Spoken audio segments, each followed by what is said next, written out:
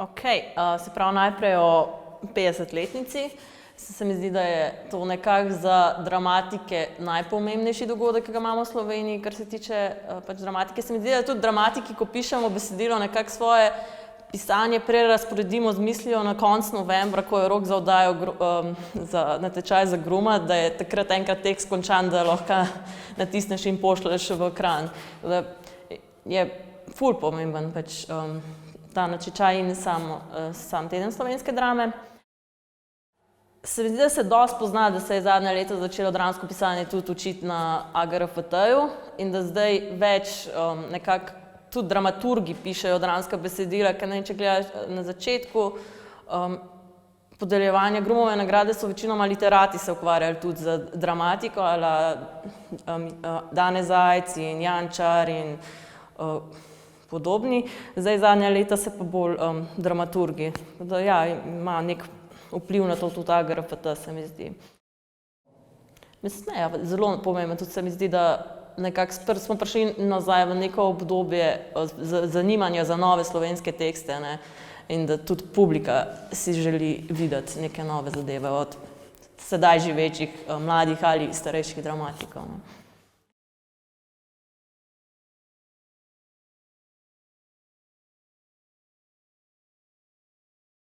Ja, se pravi, diplomirala sem iz dramaturgije in sem v bistvu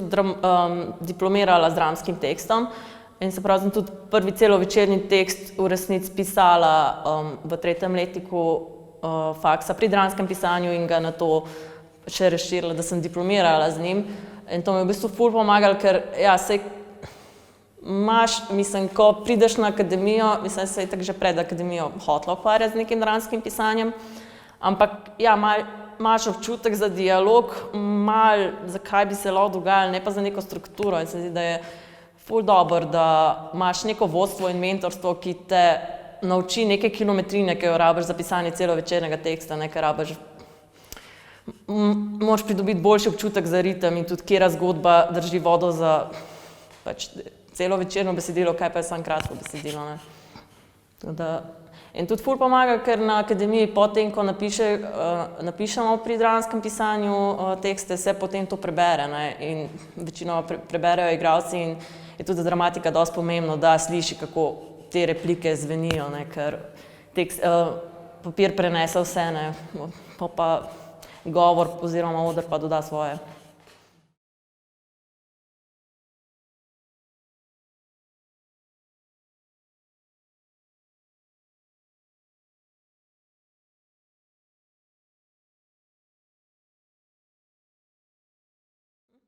Ja, se pravi, mene je direktorica teatra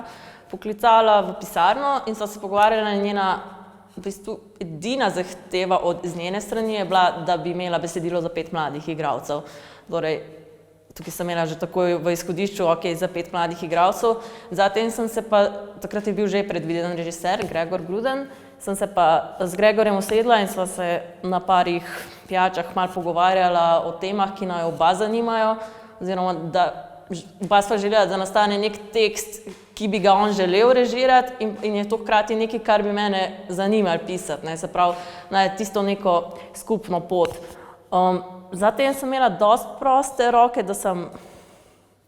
sem zgradila zgodbo, karakterje, kaj bi želela imeti. Jaz sem se takrat odločila, da bi rada imela prometno nesrečo in potem smo nekako nek ping-pong furali, da sem jaz pošiljala tekst in Gregorju pa Iri, dramaturginji pa direktorici, oni so mi nazaj pošiljali predloge,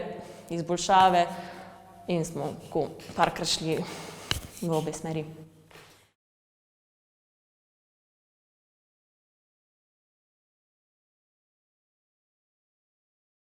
Mislim, jaz sem vedela, kateri so igralci, tudi se mi je zdelo, glede na like, kako bojo mogoče dodeljene vloge, samo jaz v resnici, ko pišem tekst, tudi če sem vedela, da bo, ne vem, neki igral Filip, neki Matic, da, mislim, so igralci, imajo svojo širino,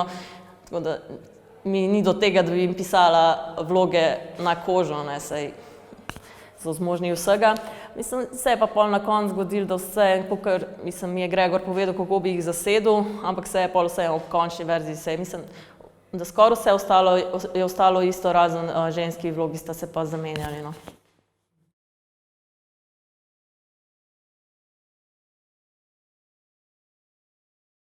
Ja, meni je bilo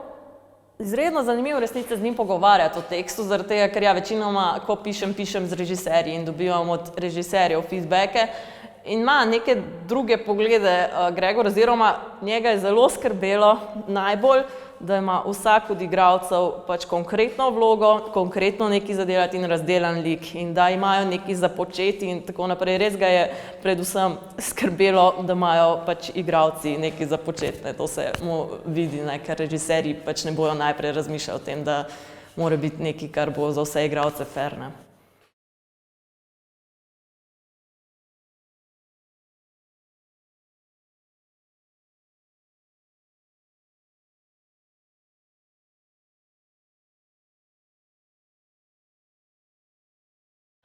Najprej bom sama rekla, jaz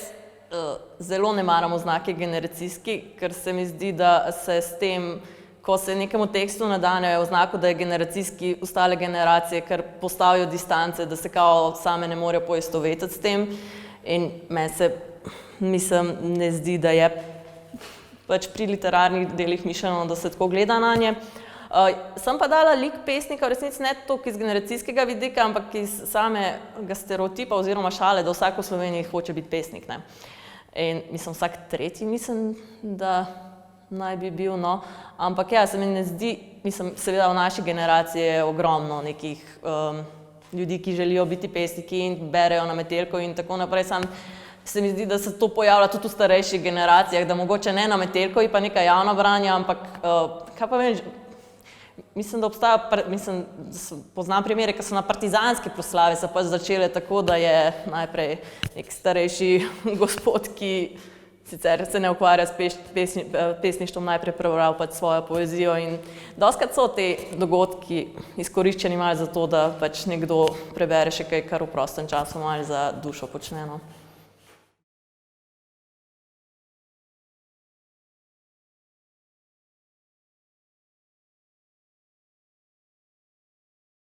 Jaz se mi zdi, da, mislim, ne samo pri tej generaciji, se mi zdi, da tudi je v današnjem svetu nekako se vzpostavilo tako, da imamo nek strah pred intimo oziroma skoraj zgrešeno percepcijo intime in se zatekamo v nek cinizem in sarkazem, da bi same sebe obvarovali, ne. Se mi zdi, da to ta družba pač počne v resnici, se zelo bojijo biti ranljivi, čeprav najbolj, po čemer za moje pojme hrepenijo, je sama intima, ne, samo za intimo si moraš dovoliti biti ranljiv, ne. Se mi zdi, da se v današnjem svetu ljudje pač ne upamo več biti toliko ranljivi, no.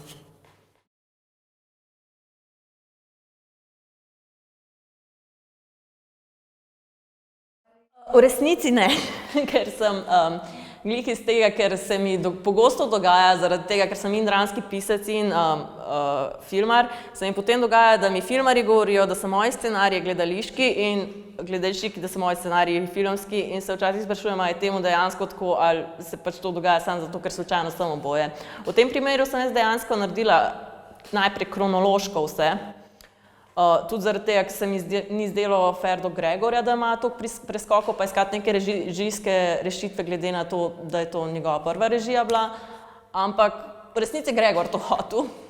Tako da sem bila, mislim, super, ne, jaz kamo delam te preskoke, jaz sem mislila, da bi mogoče ti rajši jih ne imel, okej. Sem jaz naredila par preskokov in jih ni bilo toliko. In potem mislim, da sta Gregor pa Ira hotela še več preskokov in v bistvu ja, je ta struktura bila bolj zaželena strani ostale umetniške ekipe kot mene. Mi je pa na koncu bila ful všeč, ja. Mi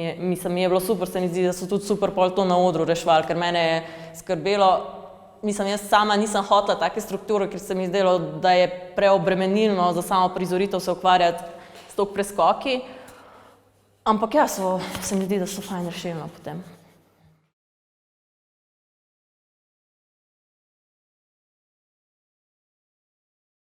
Mislim, nisem razmišljala o tem, zato ker iskreno povem, da se trenutno glede na čas, v katerem smo, predvsem želim, da se sam teater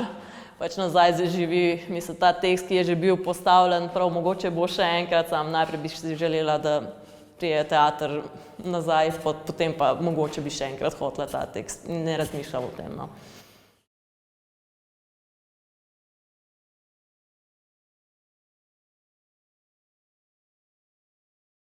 Mislim, jaz sem zdaj glih v nekem novem obdobju, ko iščem nove teme, ki me zanimajo, ker se mi zdi, da ja, je bil ta,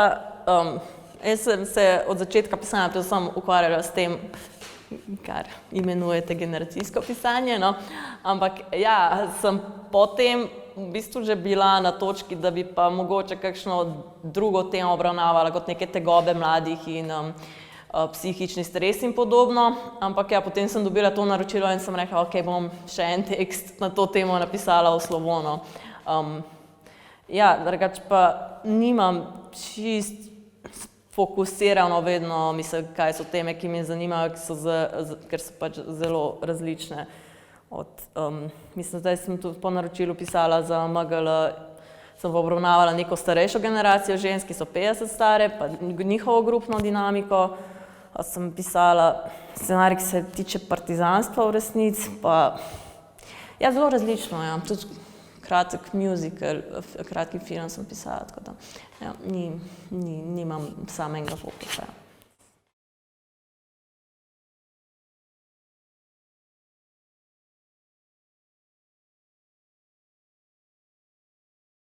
Ja, ampak zaenkrat se samo dotika, zdi se mi, mislim, ja, definitivno ta čas bo prinesel tako goro tem za obdelati. Sem že razmišljala o politični satiri, ker